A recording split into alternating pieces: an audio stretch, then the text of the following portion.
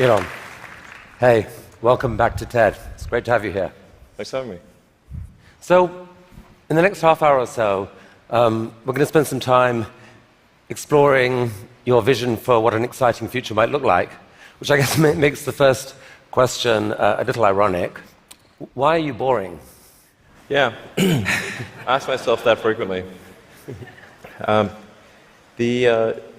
trying to dig a hole under LA, and this is to create the beginning of what will hopefully be a 3D network of tunnels to alleviate congestion. So, I mean, right now, I think one of the most soul-destroying things is traffic. It affects people in every part of the world. It takes away so much of your life, and it's horrible. It's particularly horrible in LA. I think you've brought with you the first visualization that's been shown of this. Can I show this?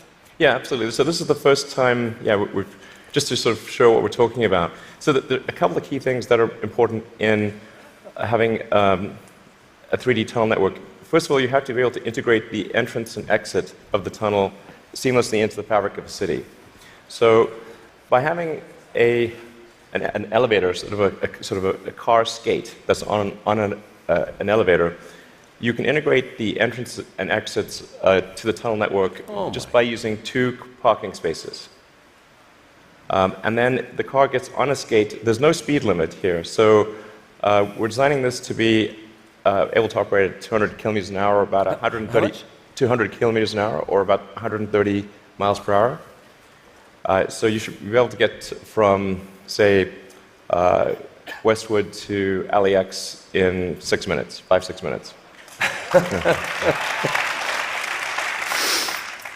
So possibly initially done as like on a sort of toll road type basis. Yeah. Which I guess alleviates some traffic from the surface streets as well. So I don't know if people noticed it in the video, but there's no real limit to how many levels of tunnel you can have. So you can go much further deep than you can go up. The deepest mines are much deeper than the tallest buildings are tall.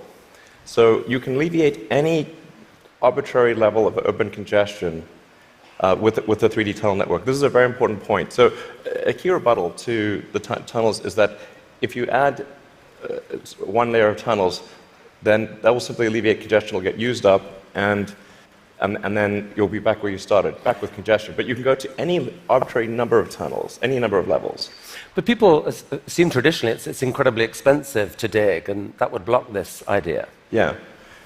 Well, they're right. To give you an example, the LA subway extension, which is, I think it's a 2.5-mile extension that was just completed for $2 billion. So it's roughly $1 billion a mile to do the subway extension in LA. And this is not the highest utility subway in the world. It's quite difficult to dig tunnels normally. I think we need to have at least a 10-fold improvement in the cost per mile of tunneling. And how could you achieve that? I guess, actually, if you just do 2 things, you can get to approximately an order of magnitude improvement, and I think you can go beyond that. So the first thing to do is to cut the tunnel diameter by a factor of 2 or more. So a single road lane tunnel would, according to regulations, has to be 26 feet, maybe 28 feet in diameter to allow for crashes and emergency vehicles and sufficient ventilation for combustion engine cars. But if you shrink that diameter to what we're attempting, which is 12 feet, which is plenty to get an electric skate through, you drop the diameter by a factor of 2 and the cross-sectional area by a factor of 4. So, and the tunneling cost scales with the cross-sectional area. So that's roughly a half order of magnitude improvement right there. Then tunneling machines currently tunnel for half the time, then they stop, and then the rest of the time is putting in reinforcements for the tunnel wall. So if you design the machine instead to do continuous tunneling and reinforcing, that'll give you a factor of 2 improvement. Combine that, and it's a factor of 8. Also, these machines are far from being at their power or thermal limit. So you can jack up the power to the machine substantially.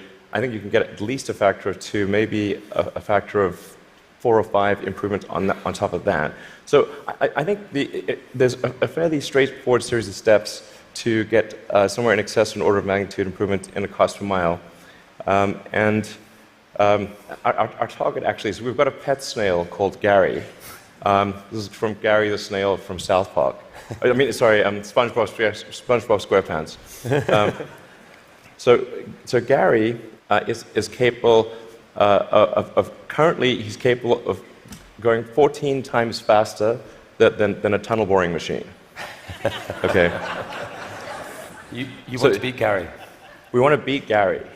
Yeah. He's not a patient little fellow, and we want that will be victory. Victory is beating the snail.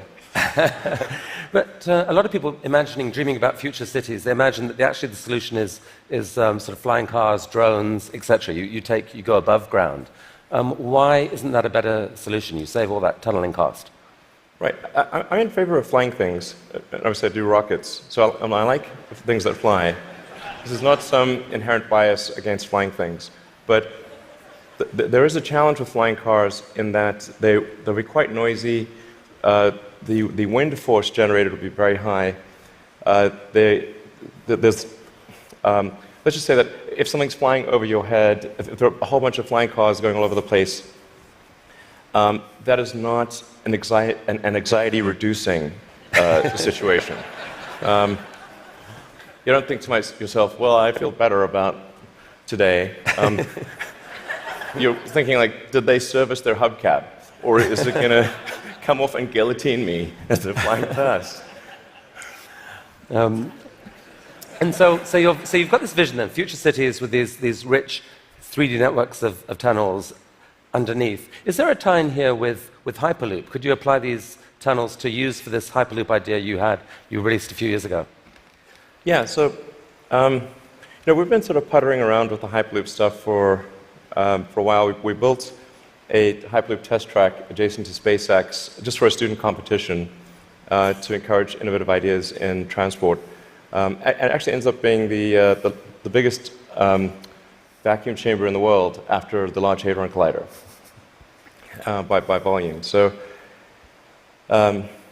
was sort of quite fun to do that, but it was kind of a hobby thing. And then we think we might. So we developed a little pusher car to push the student pods, but we're going to try seeing how fast we can make the pusher go if it's not pushing something. Huh. So, I mean, like, sort of cautiously optimistic we'll be able to be faster than the world's fastest bullet train, even in a 0.8 mile stretch. Whoa. Good brakes. Yeah. I mean, it's either going to smash into tiny pieces or. But you can picture then a Hyperloop in a tunnel, yes, running quite long distances. Exactly. So in looking at tunneling technology, it turns out that in order to make a tunnel, you have to, in order to seal against the water table, you've got to typically design a tunnel wall to be a good to about 5 or 6 atmospheres. So to go to vacuum is only 1 atmosphere, or near vacuum. So actually, it sort of turns out that automatically, if you build a tunnel that is good enough to resist the water table, it is automatically capable of holding vacuum. Huh. So, yeah. And so you can actually picture this, like what kind of length tunnel is in Elon's future to running Hyperloop? Yeah, I think there's no real length limit. You could dig as much as you want. I think if you were to do something like a DC to New York Hyperloop, I think you'd probably want to go underground the entire way because it's a high density area. You're going under a lot of buildings and houses, and if you go deep enough, you cannot detect the tunnel. Sometimes people think, well, it's going to be pretty annoying to have a tunnel dug under my house. Like, if that tunnel is dug more than about 3 or 4 tunnel diameters beneath your house, you will not be able to detect it being dug at all. In fact, like if you're able to detect the tunnel being dug, whatever device you're using, you can get a lot of money for that device from the Israeli military, who's trying to detect tunnels from Hamas, and from the US Customs and Border Patrol that trying to detect drug tunnels.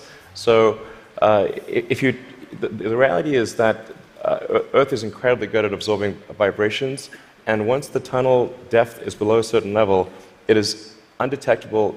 Maybe if you have a very sensitive seismic instrument, you might be able to detect it. So you've started a new company to do this called The Boring Company. Very nice, very funny. But what's funny about that? How much of your time is this? It's maybe 2 or 3%. You've called it a hobby. This is what an Elon Musk hobby looks like. I mean, it really is. Like, we actually, this is basically interns and people doing it part-time. So this is, we bought, some second-hand machinery, and it's kind of puttering along, but it's making good progress. So an even bigger part of your time is being spent on electrifying cars and transport through Tesla. Is one of the motivations for the tunneling project the realization that actually, in a world where cars are electric and where they're self-driving, there may end up being more cars on the roads on any given hour than there are now? Yeah, exactly. A lot of people think that when you make cars autonomous, that they'll be able to go faster and that will alleviate congestion. And to some degree, that will be true. But once you have shared autonomy where it's much cheaper to go by car, and you can go point to point, the affordability of going in a car will be better than that of a bus. Like, it will cost less than a bus ticket. So the amount of driving that will occur will be much greater with shared autonomy, and actually traffic will get far worse. I mean, you started Tesla with the goal of persuading the world that electrification was the future of cars. Yeah. And a few years ago, people were laughing at you. Now, not so much. I mean... Okay. Well, I mean, isn't it... I don't know. But isn't it true that pretty much every auto manufacturer has announced serious electrification plans for the short to medium term future? Yeah. I think almost every automaker has some electric vehicle program. They vary in seriousness. Some are very serious about transitioning entirely to electric, and some are just dabbling in it. And some, amazingly, are still pursuing fuel cells, but I think that won't last much longer. But isn't there a sense, though, Elon, where you could now just declare victory and say, we did it, let the world electrify, and you go on and focus on other stuff? Yeah. I intend to stay with Tesla as far into the future as I can imagine. And there are a lot of exciting things that we have coming. We've got, obviously, the Model 3 that's coming soon. We'll be unveiling the Tesla semi-truck. And okay, well, we're going to come to this. So Model 3. So it's supposed to be coming in July-ish. Yeah, it's looking quite good for starting production in July. Yeah. Wow. One of the things that people are so excited about is the fact that it's got autopilot. And you put out this video a while back showing what that technology looked like, or would look like. Yeah. There's obviously autopilot in Model S right now. Yeah. What are we seeing here? Yeah, so this is using only cameras and a GPS. So there's no LiDAR or radar being used here. This is just using passive optical, which is essentially what a person uses. The whole road system is meant to be navigated with passive optical or cameras. And so once you solve cameras or vision, then autonomy is solved. If you don't solve vision, it's not solved. So that's why our focus is so heavily on having a vision neural net that's very effective for road conditions. Right. Many other people are going the LiDAR route. You want cameras plus radar is most of it. You can absolutely be superhuman with just cameras. Like, you could probably do 10 times better than humans with just cameras. So the new cars being sold right now have eight cameras in them. That they can't yet do what that showed. When will they be able to? I think we're still on track for being able to go cross-country from LA to New York by the end of the year, fully autonomous. Okay, so a car, by the end of the year, you're saying someone's going to sit in a Tesla without touching the steering wheel, tap in New York, off it goes, won't have to ever touch the wheel by the end of 2017? Yeah, essentially November or December of this year, we should be able to go from, all the way from a parking lot in California to a parking lot in New York, no controls touched at any point during the entire journey. And amazing. But part of that is possible because you've already got a fleet of Teslas driving all these roads. You're accumulating a huge amount of data of that national road system. Yes, the thing that will be interesting is that I'm actually fairly confident it will be able to do that route even if you change the route dynamically. So, like it's fairly easy. Or if you say I'm going to be really good at one specific route, that's one thing. But it should be able to go really be very good. Certainly, once you enter a highway, to go anywhere on the highway system in a given country. So it's not sort of limited to LA, New York. We could change it and make it Seattle, Florida, that day, or in real time. So you were going from LA to New York, now go from LA to Toronto. So leaving aside regulation for a second, in terms of the technology alone, the time when someone will be able to buy one of your cars and literally just take their hands off the wheel and go to sleep and wake up and find that they've arrived, how far away is that to do that safely? I think that's about 2 years. So the real trick of it is not, how do you make it work, say 99.9% of the time? Because if a car crashes, say 1 in 1,000 times, then you're probably still not going to be comfortable falling asleep. That's, you shouldn't be, certainly. But by the same time, it's never going to be perfect. No system is going to be perfect. But if you say it's perhaps, the car is unlikely to crash in 100 lifetimes or 1,000 lifetimes, then people are like, okay, wow, if I would live 1,000 lives, I would still most likely never experience a crash, then that's probably okay. To sleep. Maybe, I guess a big concern of yours is that people may actually get seduced too early to think that this is safe, and that you'll have some horrible incident happen that puts things back. Well, I think that the autonomy system is likely to at least mitigate the crash, except in rare circumstances. The thing to appreciate about vehicle safety is this is probabilistic. Right. So that there's some chance that any time a human driver gets in the car that they will have an accident. That is their fault. It's never zero. And so the key threshold for autonomy is how much better does autonomy need to be than a person before you can rely on it. But once you get that literally safe hands-off driving, the power to disrupt the whole industry seems massive, because at that point you've spoken of people being able to buy a car, drops you off at work, and then you let it go and provide a sort of Uber-like service to other people, earn you money, maybe even cover the cost of your lease of that car. Exactly. So you can kind of get a car for free. Is that really likely? Yeah, absolutely. This is what will happen. So there will be a shared autonomy fleet where you buy your car and you can choose to use that car exclusively. You could choose to have it be used only by friends and family, only by 5-star other drivers who are rated 5-star. You can choose to share it sometimes, but not other times.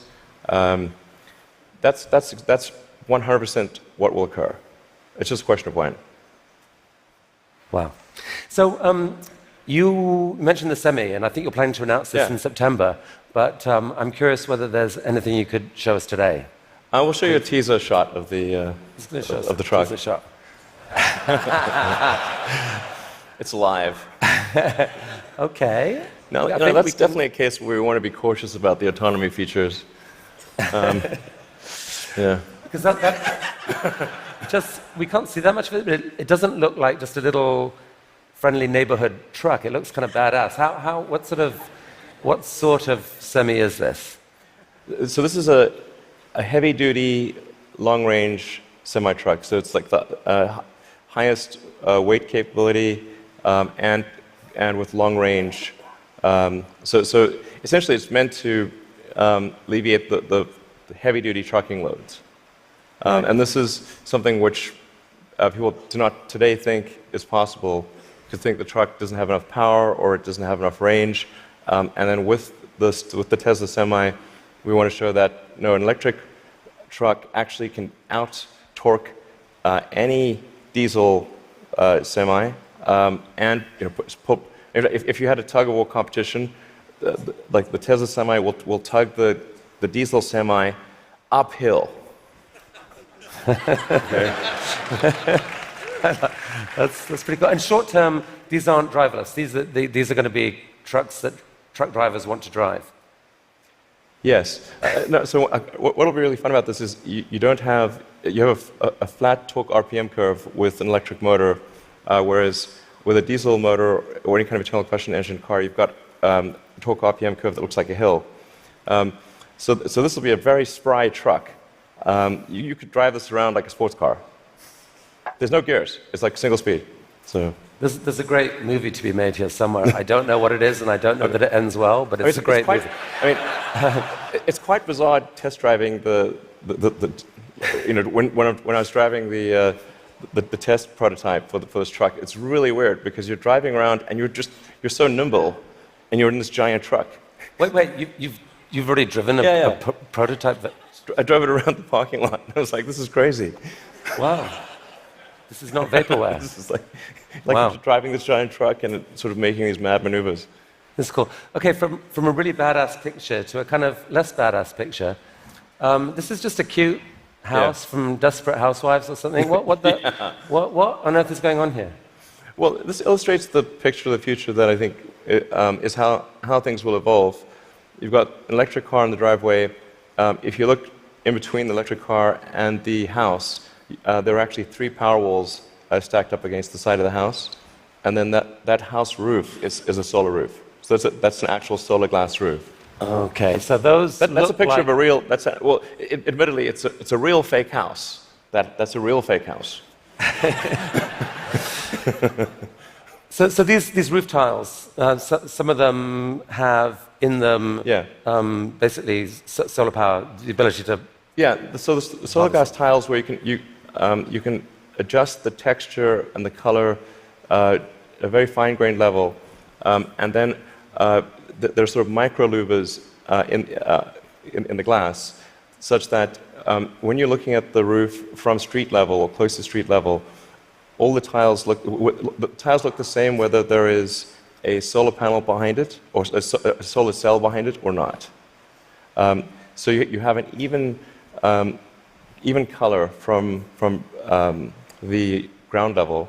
If you were to look at it from a helicopter, you would be actually able to look through and see that some of the glass tiles have a solar cell behind them and some do not. Right. You put them in the ones that are likely to see a lot of sun. Yes. And that makes these roofs super affordable, right? They're not that much more expensive than just tiling the roof. Yeah. We're very confident that the cost of the roof plus the cost of electricity, that a solar glass roof will be less than the cost of a normal roof plus the cost of electricity. So in other words, this will be economically a no-brainer. We think it will look great, and it will last. I mean, we thought about like having the warranty be infinity, but then people thought, well, that might sound like we were just talking rubbish. But actually, this is toughened glass. Like well after the house has collapsed, and there's nothing there, the roof the glass tiles will still be there. Okay, so I think you're rolling. I mean, this is cool. So you're rolling this out in a couple weeks' time, I think, with four different roofing types. Yeah, we're starting off with two initially, and then the second 2 will be introduced early next year. And what's the scale of ambition here? How many houses do you believe could end up having this type of roofing? I mean, I think eventually almost all houses will have a solar roof. Now the thing is to consider the time scale here to be probably on the order of 40 or 50 years. So on average, a roof is replaced every 20 to 25 years. So, but you don't start replacing all roofs immediately. But eventually, if you say we were to fast forward to, say, 15 years from now, it will be unusual to have a roof that does not have solar. Is there a mental model thing that people don't get here that there's been, because of the shift in the sort of cost economics of solar power, that like most houses actually have enough sunlight on their roof pretty much to power all of their needs. If you could capture the power, it could pretty much power all their needs, right? You could go off grid, kind of.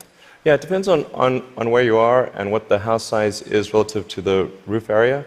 But yeah, it's a fair statement to say that most houses in the US have enough roof area to power all the needs of the house. Okay, so the key to the economics of the cars, the semi, these houses is the falling price of lithium-ion batteries, which you've made a huge bet on as Tesla. In many ways, that's almost the core competency.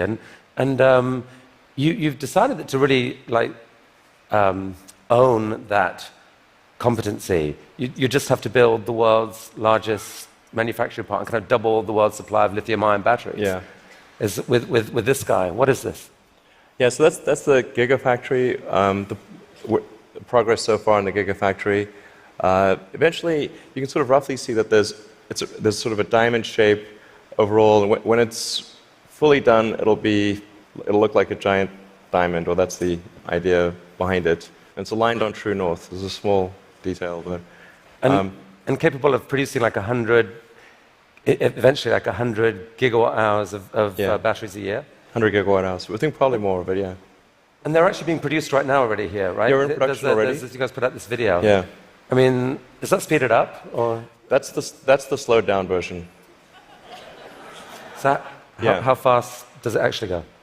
Well, when it's running at full speed, you can't actually see the cells without a strobe light. It's just blur. And one of your core ideas, Elon, about what makes an exciting future is a future where we no longer feel guilty about energy. Help us picture this. I mean, how many gigafactories, if you like, does it take to get us there? It's about 100, roughly. It's not 10, it's not 1,000, most likely 100. See, I kind of find this amazing. Like, you can actually picture, if that's right, you can picture what it would take to move the world off this vast fossil fuel thing. It's like you're building one, cost $5 billion, maybe the next one, or whatever, $5 to $10 billion. Yeah. Like, it's kind of cool that you can picture that project. And you're planning to do a Tesla, or at least announce another two this year. I think we'll announce locations for somewhere between 2 and 4 gigafactories later this year. Yeah, probably 4. Whoa. Yeah. Okay. I can't tease. No more teasing from you for here. Like, where? Continent? You can say no. We need to address a global market. Yeah. Okay. This is cool. I think we should talk for global market. So I have to ask you one question. I'm going to ask you one question about politics. Only one. I'm kind of sick of politics, but I do need to ask you this. You're on a body now giving advice to a guy who has said he doesn't really believe in climate change. And there's a lot of people out there who kind of think you shouldn't be doing that. They'd like you to walk away from that. What would you say to them? Well, I think that there's... First of all, I'm just on 2 advisory councils where the format consists of going around the room and asking people's opinion on things. And so there's like a meeting every month or 2. that's the sum total of my contribution. But I think to the degree that there are people in the room who are arguing in favor of doing something about climate change, or other certain social issues. I've used the meetings I've had thus far to argue in favor of immigration and in favor of climate change. And if I hadn't done that, that wasn't on the agenda before. So maybe nothing will happen, but at least the words were said. Okay.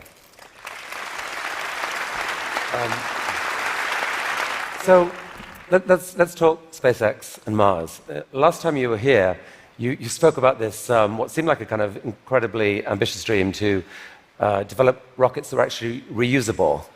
And you've only gone and done it. Yeah. I mean, talk us us through this. What are we looking at here?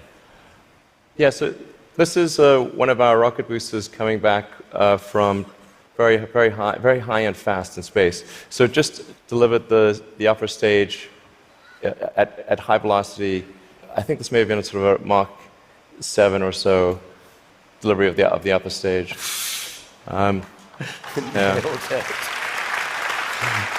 So that was a sped up. That's the slowed down version. Yeah. That was the sped up version. But I mean, that's amazing. And several of these failed before you finally figured out how to get to do it. But now you've landed. You've done this 5 or 6 times. I think we're on 8 or 9 or something. Yeah. And for the first time, you've actually reflown one of the rockets that landed. So we landed the rocket booster, and then prepped it for flight again and flew it again. So it's the first reflight of an orbital booster where that reflight is relevant. So it's important to appreciate that reusability is only relevant if it is rapid and complete. Right. So like an aircraft or a car, the reusability is rapid and complete. You do not send your aircraft to Boeing in between flights. Right.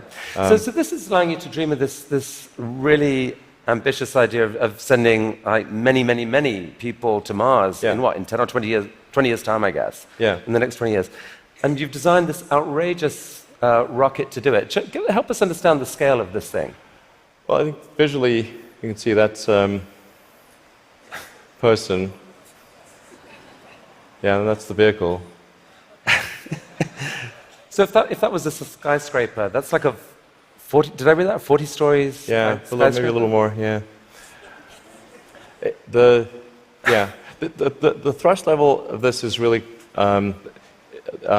this configuration is about 4 times the thrust of the Saturn V moon rocket. 4 times the thrust of the biggest rocket humanity ever created before. Yeah. I mean, as one does. Yeah. I mean, in units of 747, like a 747 is only about a quarter million pounds of thrust. So there are for every 10 million pounds of thrust, there's 47. So this would be the thrust equivalent of 120 747s, with all engines blazing. And so even with a machine designed to escape Earth's gravity, I think you told me last this thing could actually take a fully loaded 747, people, cargo, everything, into orbit. Exactly. This can take a fully loaded 747 with maximum fuel, maximum passengers, maximum cargo on the 747. This can take it as cargo. So based on this, you presented recently this interplanetary transport system, which is visualized this way. And this is a scene you picture in 30 years' time, 20 years' time? People walking into this rocket. I mean, I'm hopeful it's sort of in the 8 to 10 year time frame. Aspirationally, that's our target. Our internal targets are more aggressive, but I think,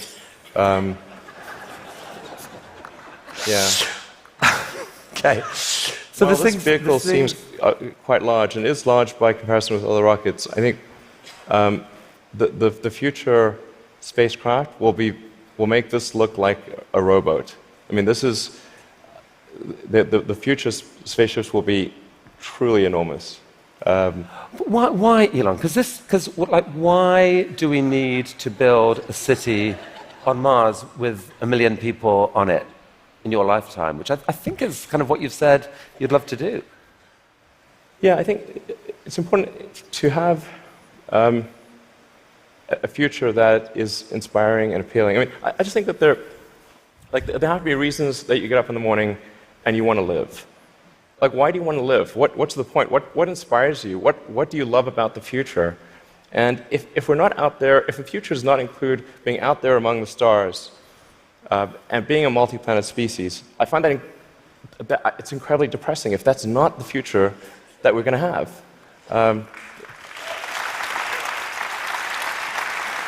People want to position this as an either-or, that there are so many desperate things happening on the planet now, from climate to poverty to, you pick your issue.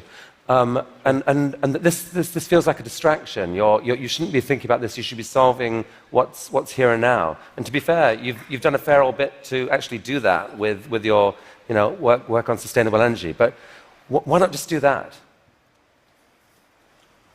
Well, I think there's. I look at the future from a standpoint of the probabilities. It's like a branching stream of probabilities. And there are actions that we can take that affect those probabilities, or that accelerate one thing or slow down another thing, introduce something new to the probability stream. Sustainable energy will happen no matter what. If there was no Tesla never existed, it would have to happen out of necessity. It's tautological. If you don't have sustainable energy, it means you have unsustainable energy. Eventually, you'll run out, and the laws of economics will drive civilization towards sustainable energy inevitably. The fundamental value of a company like Tesla is the degree to which it accelerates the advent of sustainable energy faster than it would otherwise occur. So when I think what is the fundamental good of a company like Tesla, I would say hopefully it does. If it accelerated that by a decade, potentially more than a decade, that would be quite a good thing to occur. That's what I consider to be the fundamental sort of aspirational good of Tesla. Then there's becoming a multi-planet species and spacefaring civilization. This is not inevitable. It's very important to appreciate this is not inevitable. The sustainable energy future, I think, is largely inevitable, but being a spacefaring civilization is definitely not inevitable. If you look at the progress in space, in 1969 we were able to send somebody to the moon. 1969. Then we had the space shuttle. The space shuttle could only take people to low Earth orbit. Then the space shuttle retired, and the United States could take no one to orbit. So that's the trend. The trend is down to nothing. This is not.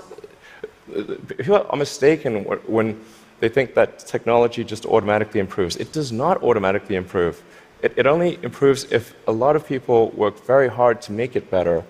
And actually, it will, I think, by itself degrade, actually. You look at great civilizations like ancient Egypt, and they were able to make the pyramids, and they forgot how to do that. And the Romans, they built these incredible aqueducts. They forgot how to do it. It almost seems, listening to you and look at the different things you've done, that you've got this unique double motivation on everything that I find so interesting. Which is one is this desire to work for humanity's long-term good. The other is this desire to do something exciting, and it's often it feels like you feel like you need the one to drive the other. With Tesla, you want to have sustainable energy, so you make these super sexy, exciting cars to do it. Solar energy, we need to get there, so we need to make these beautiful roofs. We haven't even spoken about your newest thing, which we don't have time to do, but you want to save humanity from bad AI, and so you're going to create this really cool brain-machine interface to give us all infinite memory and telepathy and so forth. And on Mars, it feels like what you're saying is, yeah, we need to save humanity and have a backup plan, but also we need to inspire humanity, and this is a way to inspire. I think the value of beauty and inspiration is very much underrated, no question. But I want to be clear. I'm not trying to be anyone's savior. That is not the. I'm just trying to think about the future and not be sad. Beautiful statement. I think everyone here would agree that it is not. None of this is going to happen inevitably. The fact that in your mind you dream this stuff, you dream stuff that no one else would dare dream, or no one else would be capable of dreaming at the level of complexity that you do. The fact that you do that, Elon Musk, is a really remarkable thing. Thank you for helping us all to dream a bit bigger. You'll tell me if it ever starts getting genuinely insane, right? Thank you. That was really, really fantastic. That was really fantastic. Thanks, guys. Thank you.